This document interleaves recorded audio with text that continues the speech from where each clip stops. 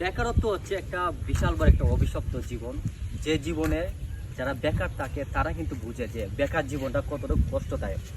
যখন একটা ছেলে মাস্টার্স পাস, গ্র্যাজুয়েশন পাস করে যখন একটা ছেলে চাকরির জন্য প্রত্যেকটি দুয়ারে, প্রত্যেকটি কোম্পানি, প্রত্যেকটি সরকারি গভর্নমেন্টের মন্ত্রণালয় চাকরি পরীক্ষা দেয়, যখন সে পরীক্ষা দিতে দিতে দিতে দেয় এক সময় হতাশ হয়ে যায়, ক্লান্ত হয়ে যায়, মানে আনমোটিভেটেড হয়ে যায়, তখন কিন্তু সে চিন্তা করে যে আমার দ্বারা আর কোনো কিছু হবে না, আমি আসলে অসফল, আমি অনেক চেষ্টা করেছি, আমি ভেঙে গিয়েছি, আমি অনেক ধ্বংস হয়ে গেছি, আমি এত পড়ালেখা করলাম, আমার এত যোগ্যতা, আমার এত সার্টিফিকেট থাকার পরও আজকে আমার চাকরি হচ্ছে না।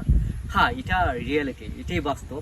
তবে আপনি যেহেতু বাস্তবতা মেনে নিতে পারবেন, বাস্তবতা মেনে নিয়ে যখন আপনি একবার সুযোগে দাঁড়িয়ে দিতে পারবেন, তখন কিন্তু আপনার সফল হবেন। কীভাবে সফল হবেন?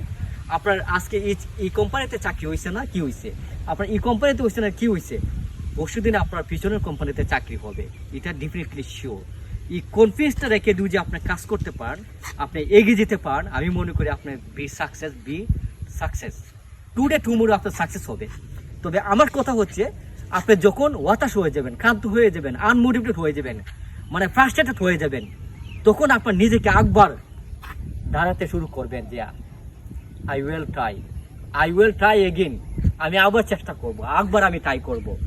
আমার এক রাস্তা হয়েছে না, কি হয়েছে? আমি অন্য রাস্তা ব্যবহার করব। আমার এই জায়গা হয়েছে না, কি হয়েছে? আমি অন্য দিকে ট্রাই করব। সফলতা পাওয়ার জন্য আপনাকে প্রথমেই হার মানতে হবে। হার মানলে না আপনি সফল হবেন।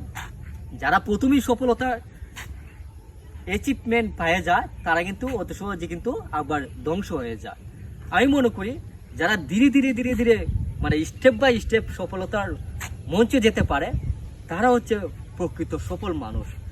তবে সফল মানুষের সাথে দেখা হবে কোনো এক জায়গা, কোনো এক মঞ্চ। অপেক্ষা রইলাম। সবার জন্য দোয়া শুভকামনা রেখে আজকের মতো বিদায় নিচ্ছি। আমি মোহাম্মদ ফয়েজ আহমেদ। ভালো থেকে সুস্থ থাকেন। দেখা হবে সফলতার মঞ্চে। আসসালামু আলাইকুম।